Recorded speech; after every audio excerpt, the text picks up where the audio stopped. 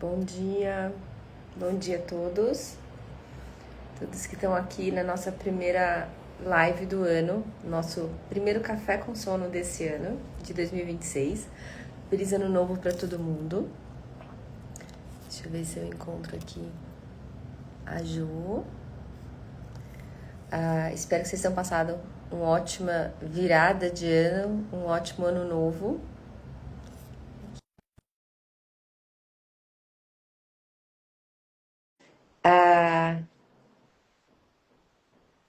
Oi, Elô, você tá aqui? Tudo bom, Elô? Oi, Jô. Te mandei o convite, Jô. Tava explicando que é a nossa primeira live do ano. Oi, Jô, bom dia. Bom dia, Lê, tudo bem? Tudo bem, e você? Feliz ano Tudo novo. jóia. Feliz ano novo, mais um juntas. Não é mais um ano juntas, muito Deus bom, quiser. muito bom. Bom, deixa eu apresentar. A Jo, você ainda não participou de uma live nossa aqui do Café com Sono. Eu vou explicar para você e para as pessoas que também ainda não participaram, não assistiram nossas lives. A gente faz uma live toda quarta-feira de manhã, das 7 às 7h30. São somente 30 minutos, é bem rapidinho, é antes de trabalhar. Eu tô pronta para sair para trabalhar, você provavelmente Sim. já tá também, né? Sim. Então, a ideia é só a gente trazer assuntos relacionados ao sono na infância. E nesse primeiro grande round que a gente está fazendo com todos os nossos alunos, as pessoas que passam pela gente, que estão fazendo pesquisa, para ter um espaço não só para falar abertamente da sua pesquisa, do que falou, do que faz, lá dentro do nosso grupo. Desse grupo, quem não sabe, eu coordeno o serviço de sono do Hospital das Clínicas da parte infantil, do serviço de sono infantil, e lá dentro coordeno várias pesquisas, tem muitas delas, uma delas a Jo faz parte hoje em dia e já faz parte há algum tempo. A gente conta a nossa história daqui a pouquinho, né, Jo? Tá A nossa bom, história sim. juntas. Mas a Jo veio do grupo da Adriana Lira, que é da Adriana que faz bruxismo. Então, a Adri é uma grande amiga e vários alunos já passaram com a gente. Atualmente, a Jo que está lá com a gente. O subtema é, como a Jo é dentista, eu vou deixar você se apresentar seu currículo, Jo. O Tá bom. tema hoje é sono e bruxismo na infância, né? A gente vai falar algumas particularidades que são do trabalho da Jo, né? Do trabalho que foi o doutorado da Jo. E a gente pode depois, se der tempo, acho que não dá, mas se der tempo a gente fala um pouquinho do que a gente faz atualmente. Mas, Jo, então, essa é a temática, esse é o objetivo do Café com Sono, né? Assim, falar um pouquinho das pesquisas, mas sob a voz de quem está executando essas pesquisas que a gente vai pensando, vai fazendo, mas de quem está executando. Mas, Jo, fala do teu currículo um pouquinho para as pessoas te conhecerem. Tá joia. Bom, meu nome é Joaquina, eu sou odontopediatra, eu sou dentista pela Unesp e odontopediatra pela FAUSP. E recém-doutora, eu falo que ainda é estranho escutar assim, doutora, sabe? Parece que não caiu muito a ficha, porque Uhum. faz pouco tempo, eu defendi o doutorado agora em agosto, pela Unixul e pela Paris-Cité, que é o que a Letícia falou, que faz parte da nossa história juntas, né? Estivemos Uhum. juntas em Paris, uma parte do meu doutorado e hoje em outra pesquisa aqui, mas a minha tese de doutorado foi justamente sobre o bruxismo do sono em crianças com transtornos do neurodesenvolvimento, né? Então essa é a nossa temática hoje. E Ai, é isso. muito bom, Jô. E essa nossa história juntas veio lá quando a Adri, dentre os alunos que a Adri manda para passarem comigo lá, ou para a gente fazer pesquisa conjuntas, quando a gente conversou, eu tinha falado sobre essa possibilidade, e antes de eu ir mesmo ir para Paris, né, que a gente teria dessa associação de poder fazer lá, a Jô se interessou, e quando eu estava lá, a Jô foi para lá também. Então a gente passou um tempo juntas em Paris, além vizinhas, inclusive, né? Sim, Então foi bem interessante, foi um período de crescimento, né? muito, Então, muito mesmo. tirando do nosso lado pessoal, vamos entrar no lado do bruxismo em si. Eu acho Bora. que para quem é a primeira vez que a gente vai ter uma live relacionada à odontopediatria. Então, queria trazer um pouquinho de conceitos básicos, Jô, para quem está assistindo a gente poder entender o que uma coisa tem a ver com a outra, né? Tá. Ah, então, eu queria. E assim, e como o conceito, a gente sabe, a mudança de conceito que aconteceu, na realidade, uma mudança que a gente já antevinha, que a gente já falava. Você lembra bem que eu dizia Há que algum esse tempo, negócio sim. vai cair em outro lugar, isso que esse conceito antigo estava muito realmente não tava adequado para o que a gente vê na realidade, porque a gente vê de fisiologia do movimento mastigatório à noite. Mas então vamos falar. Fala para quem está assistindo a gente qual é o conceito atual do bruxismo do sono em crianças. Tá, então, hoje a gente não considera o bruxismo como foi considerado anos atrás um distúrbio, né, do sono ou do movimento. Hoje o bruxismo ele é considerado como um comportamento motor. E talvez traga muita confusão essa questão de comportamento motor, que pode se apresentar de duas maneiras diferentes, né? Ele pode ser ritmado, fásico, ou ele pode ser não ritmado, tônico, aquela contração sustentada, mas que ele pode sim ter influência em relação a como essa criança, como esse adolescente, apresenta outras condições. E aí eu vou falar depois um pouquinho sobre disfunção temporomandibular, que eu acho que é a grande confusão que as pessoas colocam o bruxismo na mesma caixa da disfunção temporomandibular, mas na verdade ele é um comportamento motor, que pode ser um fator de risco para DTM, que pode ser um fator de proteção em outras situações, ou pode ser um fator neutro, puramente comportamento motor. Então, essa é a definição mais atual de fevereiro de 25, né? Que assim, há tempos a gente estava ensaiando isso e via isso nos artigos, mas que em 25 tem o consenso lá. Então é essa definição que a gente segue hoje. Aí é por isso que é importante ter consenso, né? Para marcar na literatura uma tendência que vai acontecendo. Então, você vê a literatura pesquisando muito naquele tema, mas chega num ponto que, não, deixa eu fechar e Isso. bater o martelo nisso daqui, né? Ou pelo menos tentar bater o martelo. Muito bom. Isso. E assim, o mais importante, eu acho que assim, tirar ele de um distúrbio isolado, né? Então, uma coisa muito isolada, ele é muito mais contextual, ele tem um contexto, né? E falando de contexto, explica pra gente a diferença do bruxismo, sono e vigília. Que diferença é essa? Aliás, vamos falar o que é bruxismo primeiro? O que é bruxismo? Aí Tá. depois a diferença do sono e Depois a vigília. gente entra, tá bom. Então, o que que a gente considera bruxismo, né? Acho que é outra aí legal a bater no martelo, porque quando a gente fala bruxismo, o senso comum tende a pensar em contato dentário, ou enfim, ou ranger ou apertar de dente. Na realidade, não é isso que a gente tem como definição. Então, a definição de bruxismo seria tudo aquilo que altera, seja o tônus, dos músculos da mastigação. Se eu estou falando em bruxismo do sono, eu tô falando no período que o paciente tá durante o sono, claro. Se eu falo em bruxismo em vigília, é durante o período de vigília.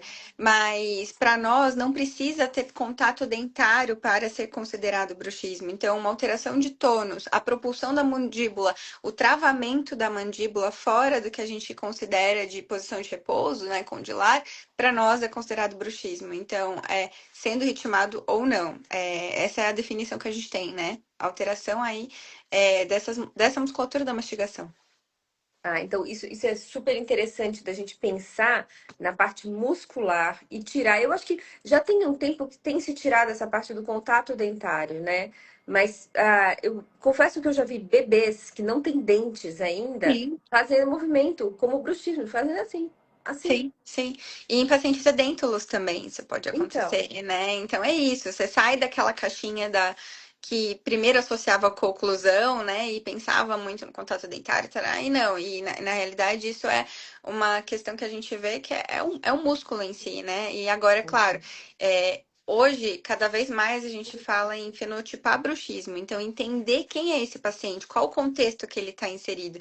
E é isso que entra justamente a questão das crianças com alterações do neurodesenvolvimento, porque cada uma delas vai ter uma particularidade e vai influenciar num padrão de bruxismo.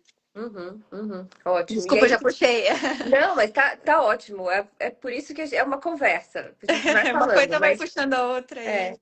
E por falar nisso, vamos entrar um pouquinho em prevalência, incidência, o quanto isso é importante, o quanto isso é prevalente ou incidente na infância, o que a gente tem de dados, como a literatura varia. Tá, então, o que a gente tem na realidade é uma discrepância muito grande que existe em relação à prevalência de bruxismo na literatura, Justamente porque quando a gente olha para bruxismo, existem, a gente fala hoje métodos de detecção, não mais diagnóstico, mas métodos de detecção, que podem ser desde o autorrelato, né, o relato da família, do cuidador de quem está próximo dessa criança, até um autorrelato associado à questão clínica mesmo, de presença de desgaste, linha alba, né, aquela hiperqueratose na bochecha, outros sinais que possam corroborar que existe esse bruxismo, até a polissonografia, que antigamente a gente considerava padrão ouro, a gente fala que é só um método instrumental, que não é acima dos outros, mas existe uma variabilidade muito grande na literatura que a gente joga para uma, talvez uma possibilidade de viés. Então, existe aí uma prevalência em crianças normoreativas que pode chegar aos 30%, mas que na minha pesquisa de doutorado, né, na minha tese, eu encontrei 68%, né, nos artigos que entraram na literatura em uma amostra de crianças com transtornos do neurodesenvolvimento. Mas isso varia muito. Então, na minha tese foi de 6 a 68. E na literatura, né, em crianças normoreativas, a gente fala aí de 4 a 30%. Então, é muito discrepante, né? É muito difícil É. traçar um meio termo, assim. Isso varia muito de acordo com o jeito que você está olhando para esse bruxismo. Ah, isso é importante. E também o diagnóstico, né? Se tem ou não tem diagnóstico. Muitas vezes, tem trabalhos na literatura de incidência que às vezes são mais antigos e não levam alguns diagnósticos que são muito mais claros hoje em dia, né? Sim, Ou então coloca lá dentro, naquele balaio, crianças que têm TPM. alguma questão, exatamente, que têm alguma coisa. Exato. E aí, então vamos entrar nos transtornos do neurodesenvolvimento, porque assim, eles de fato não são todos a mesma coisa. A gente tem várias questões do neurodesenvolvimento, e na tua tese, na hora da gente fazer toda aquela revisão, a gente acabou incluindo e fazendo aquelas categorias, né? Uhum. Ah, e vamos falar de cada um, de cada macro categoria, até porque alguns transtornos têm questões motoras próprias do transtorno, que vão levar a uma alteração de contratilidade de relaxamento muscular, que vai acontecer no corpo inteiro, aqui também, né? Então, acho que isso aqui é uma coisa muito importante. Vamos falar delas, porque a gente acabou categorizando. Explica para eles quais foram as que entraram na tua tese e como é que a gente fez essa divisão de categorias. Tá joia. Então, quando eu fiz esse grande compilado, né, na literatura, acho que a grande dificuldade foi tentar entender qual era o ponto comum entre as diferentes condições. Então, dentro desse balaio, categorizamos em grandes grupos. Em um deles entraram o TEA, né, o transtorno do espectro autista, e o TDAH, pela questão mesmo de serem transtornos pervasivos, né, no neurodesenvolvimento. Depois, no mesmo balaio entraram as síndromes, então entrou síndrome de Williams, entrou síndrome de Down. Deixa eu pensar agora se estou esquecendo nada. E outros diagnósticos associados, então teve TOD, teve transtornos persistentes, esqueci, eu tô pensando na sigla, PTSE, sabe? Tourette, enfim, as Aham. outras síndromes entraram juntas. Então, quando essa criança tinha mais de um diagnóstico, ela entrava sozinha. E a paralisia cerebral, com certeza, que exibiu assim, um comportamento muito diferente das outras quando eu fui olhar para a literatura e tem uma razão de ser, né? Principalmente Uhum. a paralisia cerebral do tipo espástica. Então foi Uhum. isso que a gente viu, né? E compilou dessa maneira para separar e tentar entender um pouquinho melhor cada uma. Então, acho que o muito importante é que essa divisão foi baseada muito na fisiologia, né? Não na fisiologia de cada grupo de transtornos. Então, nós colocamos aqueles que têm uma alteração que vai do sensório barra aprendizagem, barra, né, que Aí não comportamento. comportamento e isso, que não necessariamente tem um distúrbio motor, embora a gente saiba que existe uma alteração motora fina, mas assim, que a gente, quando a gente pensa de motor mais grosseiro, que é o que a gente acredita que entre o comportamento motor do bruxismo. E as outras, as outras que cursam com hipotonia, então aí não é movimento, é tônus, e as Sabe? outras que cursam com hipertonia, nesse caso, a paralisia cerebral. Isso. Claro, assim, a experiência da Dri também dentro da paralisia cerebral é muito grande. Ela tem trabalhos publicados lá atrás com paralisia cerebral. Ela participava bastante do grupo de MEBs lá do hospital. Isso. Então, acho que, assim, fez muito sentido fazer a divisão dessa forma, né? E o Sim. que que você viu de diferente entre esses macrogrupos? O que que tem de diferença do comportamento do bruxismo nesses macrogrupos? Então, uma coisa que me surpreendeu quando eu olhei para a literatura, especificamente o que entrou, né, na questão da revisão, foi sobre a questão do autismo. Então, a parte comportamental, quanto isso pode se representar e se mostrar no sono, né, apesar de não ter aí realmente uma questão muscular, como a gente tem relatada na paralisia cerebral, mas o quanto esse comportamento de certa maneira, vai levar a alterações que podem apresentar esse bruxismo de maneira diferente. Agora, na paralisia do sono espástica, realmente eu acho que foi assim uma confirmação de que a gente, se tem uma hipertonia, se tem uma alteração muscular, o quanto esse bruxismo para mim era o senso comum, que de fato ele ia se apresentar diferente. E foi a maior prevalência encontrada no meu trabalho, foi justamente a paralisia cerebral do tipo espástica, né? Então, acho que são pontos assim que mostram que a gente está no caminho certo realmente em pensar no bruxismo como uma alteração motora, né? E não Uhum. mais outro tipo de distúrbio. Mas uma coisa que me chamou muito a atenção foi a falta de consenso entre pesquisadores do mundo todo, no sentido de falar a mesma língua. Foi muito difícil categorizar, porque cada um considerava um cutoff para bruxismo. Então, alguns trabalhos, e até saíram da revisão, consideravam o desgaste. A gente sabe que a gente não pode fazer uma afirmação puramente pelo desgaste. Outros colocavam ele no mesmo balaio da DTM. E aí, alguns com polissono, pouquíssimos com polissono, a gente sabe o custo disso, né? Então, muitas diferenças em relação ao meio que a gente avaliava esse bruxismo. Para mim, isso chamou atenção, porque mostra que a gente precisa mudar isso, a gente precisa trabalhar e falar a mesma língua para ter uma literatura consistente, né? Senão fica muito difícil fazer afirmações. Exatamente. E fica muito difícil para quem não está na área só da pesquisa e sabe que existe essa variabilidade, chegar, eu quero me atualizar, pegar, ler um trabalho e vai ler um trabalho de alguém que deu um cutoff X e, portanto, uma incidência Y e Exato. não necessariamente aquilo, ou usou, como você falou, o desgaste dentário como critério diagnóstico. Não é isso, né? Então, eu acho que isso é muito, muito importante. Isso é uma questão que a gente vê muito na literatura e dentro do bruxismo na infância, esse negócio, e no transtorno do neurodesenvolvimento, então, assim, um balaio dos Fica balaios, né? uma Eu acho que mistura, exato. Exato. então isso é bem, bem complexo, isso é uma lacuna importante da literatura. Mas eu acho que assim, eu acho que uma coisa importante é que dentro dessa categorização, e a gente fez essa categorização pela fisiologia do quadro neurológico de base, mas tem uma coisa importante que coloca cada uma dessas categorias num local diferente de possibilidade de relação do bruxismo. Por exemplo, eu posso ter o bruxismo do TEA, do TDAH e do TOD como um comportamento motor puramente. Eu posso ter das síndromes que cursam com hipotonia, por exemplo, com uma relação com a apneia obstrutiva do sono. Com certeza. Porque eu tenho muito provavelmente um colabamento de via aérea superior muito mais precoce ou muito mais facilitado, né? Então, acho que isso são coisas que ajudam a gente a pensar bem. Enquanto nos outros que são motores, a gente tem um distúrbio, como a gente falou antes, da contratilidade e relaxamento da musculatura. O que é outro caso. O que traz pra gente um cenário muito amplo do bruxismo, né, Jo? Eu acho que eu posso, do bruxismo do sono, eu posso. Que, aliás, a Ludmilla pediu para falar da Fala da definição vigília. de. A Jo falou lá no começo, pode falar mais um pouquinho, mas eu acho que ela falou lá no começo, se você assistiu o comecinho da live, Ludmilla, tem lá que ela falou, contextualizou o sono e vigília, mas se quiser falar um pouquinho depois, Jo. Então, só trazendo para cá, o que eu acho importante é que a gente tem que entender que o bruxismo ele é muito mais heterogêneo do que a gente gostaria. E não é uma coisa só.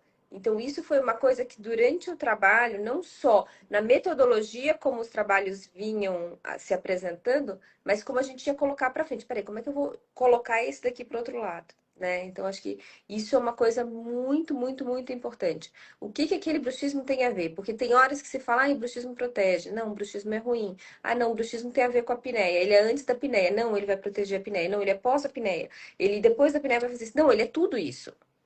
Ele é Ele tá tudo nesse isso. balaio inteiro. Acho que é a grande Exatamente. dificuldade clínica, enquanto É, clínico, enquanto pesquisador, seja o que for. Mas é isso, é essa característica, né, multifacetada do bruxismo. Não dá para colocar ele no mesmo balaio. Eu acho que hoje os trabalhos estão cada vez mais falando essa palavra, né, essa fenotipar. Quem é esse paciente? Em que contexto que ele está inserido? Porque é isso que vai nos guiar no sentido de qual é a importância que eu preciso dar, o que que eu preciso olhar fora da caixa para esse bruxismo, né? Então, agora voltando um pouquinho, pensando no bruxismo como fator de risco, como fator de proteção ou como fator neutro, a questão do bruxismo como fator de proteção também ainda não está assim batendo, a literatura não bateu martelo sobre isso, de que de fato ele é protetor. Em alguns trabalhos, a gente tem alguns trabalhos que falam disso, que ele pode se mostrar como fator de proteção em situações de apneia obstrutiva do sono, como por exemplo, né? Então, está acontecendo a resistência à passagem de ar, e ele vem como numa tentativa de melhorar a patência da via aérea posterior, mas não está totalmente elucidado isso, esse mecanismo. Então, talvez seja mais uma coisa para dizer, olha, não é em todo paciente que ele vai ter, não é em todo paciente com apneia que ele vai se apresentar como um protetor ou não. Tem muita coisa para a gente entender, né? Então, em outros ele vai ser só puramente o comportamento motor, mas em outros pacientes, dependendo do contexto que eles estão inseridos, ele pode sim ser um fator de risco, e aí eu acho que aí é a nossa grande dificuldade em entender e colocar na balança, por exemplo, em pacientes com paralisia cerebral, com síndrome de Rett, que tem essa questão, onde que a gente vai dosar a nossa mão enquanto clínico, sabe? O que que a gente vai fazer para ajudar esse paciente? Porque ele tem a questão crônica dele, que vai acompanhá-lo ao longo da vida, mas como a gente pode manejar esse bruxismo para trazer qualidade de vida ou para minimizar o efeito deletério dele, né? Eu acho que é essa a grande dificuldade, pelo menos enquanto odontopediatra, de entender quem que a gente fala, esse paciente tem aí um prognóstico muito ruim, eu preciso acompanhar ele mais de perto, ou sabe? Eu acho que é. é isso. Eu acho que aí que é o ponto que entra a multidisciplinaridade, né, Jô? Porque Exato. quando você coloca num contexto mais amplo, você vai acabar atingindo limites, né, clínicos que você não sabe, puxa, será que esse impacto é tanto nesse sentido ou naquele outro sentido? Será que eu vou considerar isso daqui patológico ou uma característica é, que eu vou ter que ficar de olho, como você bem falou? Então, a fenotipagem, na realidade, e o que ajuda, que a genotipagem hoje em dia é muito mais fácil, então a fenotipagem que acompanha essa genotipagem também vai entrar. Então, é uma tendência de, pelo menos dentro da medicina de precisão, a gente conseguir fazer esse fenótipo. E foi essa tentativa que no teu trabalho a gente fez quando a gente fez Sim, essa divisão fisiopatológica para tentar compreender até a função do bruxismo naquele momento, né? A função ou o estadiamento, que será leve, com impacto, sem impacto, ó, tem bruxismo sem impacto, merece observação. Então, eu acho que tem sim. muito chão para andar aqui nesse sentido, né? Como você bem falou, essa mais uma lacuna da literatura. Mas para a gente não deixar passar, eu queria falar, queria que você explicasse bem para quem está ouvindo a gente essa diferença ou esses limites entre bruxismo e DTM, que você falou bem lá no Tá, começo, mas eu tá. acho que é importante a gente deixar explicada essa diferença e entrar um pouquinho também, voltar no bruxismo sono e vigília. Tá. Então, quando a gente pensa em bruxismo do sono, eu tô falando puramente da atividade muscular, né, que tá acontecendo ali. Agora, quando eu falo disfunção temporomandibular, isso tem um peso diferente. O que seria disfunção? Eu considero uma disfunção, ela pode ou não ter apresentador, ela pode ser dolorosa ou não, mas a disfunção sempre traz prejuízo à função, né? Como o nome diz. Então, alteração na dinâmica mandibular, então você pode ter limitação de abertura, você pode ter desvios articulares, né? Que aí se apresentam nessa dinâmica de abertura e de fechamento da mandíbula. Então, DTM é também um grande guarda-chuvas de condições que vão acometer, né, o disco articular, a musculatura da a mastigação e estruturas associadas. Ou seja, eu posso ter uma DTM do tipo muscular, posso ter uma DTM articular ou posso ter as duas juntas, que a gente chama de DTM mista. Mas o bruxismo não pode entrar nesse balaio, porque o bruxismo não é uma disfunção, ele é um comportamento motor, né, pela definição. Ele pode ser um fator de risco no sentido que ele pode sobrecarregar essa musculatura, que ele pode piorar um quadro articular, de repente, um paciente que já tem uma característica, uma predisposição genética, ou uma característica, às vezes, de uma DTM que vem antes do bruxismo muitas vezes, sabe? Ele já tinha DTM e aí de repente começou a fazer bruxismo em vigília, por exemplo, o apertamento sustentado, contração sustentada e piorou da DTM. Então ele pode ser um fator de risco para isso.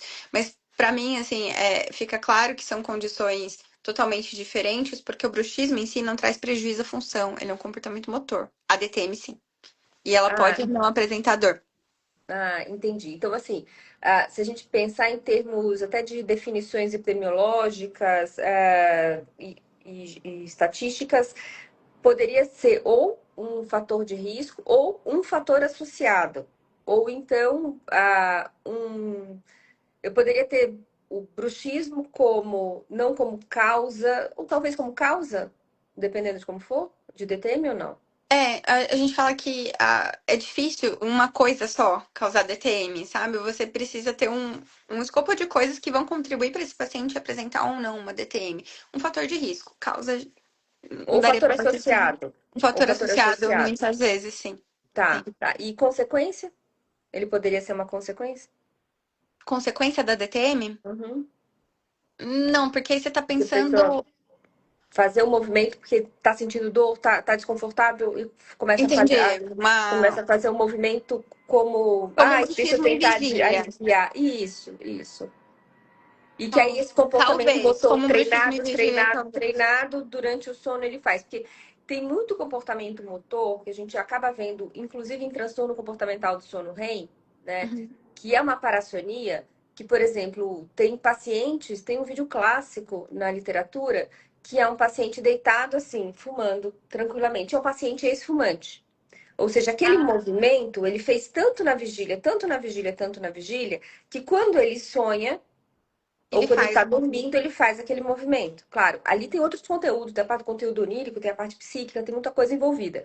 Tá. Mas é só para trazer um comportamento muitas vezes repetido na vigília, de movimento, às vezes ele também pode se manifestar no sono. Então, será que nesse sentido, analogizando, poderia ser ou não? Ou não tem estudos que Eu falam nunca isso? Eu nunca li nada validando sobre isso. Faz sentido pensando no Tem raciocínio. plausibilidade biológica, É, mas porque quando você falta falou, eu falei, comprovar. não, pro sono com certeza não, mas olhando para esse lado Da neurológico, vigília. não, neurológico que você diz, do comportamento que a pessoa faz na vigília, talvez, tem plausibilidade biológica, mas eu confesso que eu não conheço nenhum estudo, eu preciso olhar isso, conversar com a É, Adriana, não, porque não, muitas vezes não tem mesmo. A ideia surgiu agora mesmo. Então, assim, ele é chamado fator de risco, então, ou fator pode ser associado, fator de risco ou fator ou fator associado ou neutro. associado. Ou ele Tá. pode não ter impacto aí em relação a isso. E eu vi aqui que a Ludmilla mandou aqui uma pergunta sobre uma criança com paralisia cerebral fazer um movimento durante o dia se a gente considera bruxismo. Se você for bem olhar na definição, sim, é um movimento ritmado, né? Ritmado, se estiver falando fásico, estralar, entendo que ela fala assim, mas que é inerente à condição dela, né? Então não é o que a gente fala, não é um bruxismo isolado, ele tá inerente à questão neurológica, que é a paralisia cerebral, né? Mas sim, é considerado um movimento aí e para nós tratado como tal. Muito bom. Jô, 7h30. Uhum. Foi Deu, nosso. olha, Voa, né? O tempo voa. Eu sempre é falo muita isso. coisa para falar, né? Eu espero que tenha dado para dar uma clareada, mas é muita coisa e são muitas faces do bruxismo, mas é É. de fato muito legal. Não, é muito bom, muito bom. E depois a gente vai tendo outras conversas e as pessoas vão ouvindo mais também. Mas então, Sim. João, muito obrigada. Muito obrigada por Eu que trazer uma agradeço, partinha do trabalho que aqui para agradeço, falar foi com um a gente. prazer. Eu acho que é sempre muito bom e é bom para as pessoas conhecerem as pesquisas que a gente faz lá no hospital, que a gente conduz no nosso serviço. Sim. Então, é um serviço super amplo, né? É dentro de sono infantil, então a gente tem Muita coisa. isso, acho que eu coordeno várias áreas ali e várias pesquisas diferentes, então acho que o legal é isso, a gente tem uma heterogeneidade, a gente cresce bastante nesse sentido. Então, gente, obrigada, bom dia para todo mundo, bom trabalho para quem está indo para o Obrigada. trabalho. Beijo, Obrigada, Jô. gente. Bom Até mais. trabalho. Beijo. Tchau, Tchau, tchau. tchau. Até mais.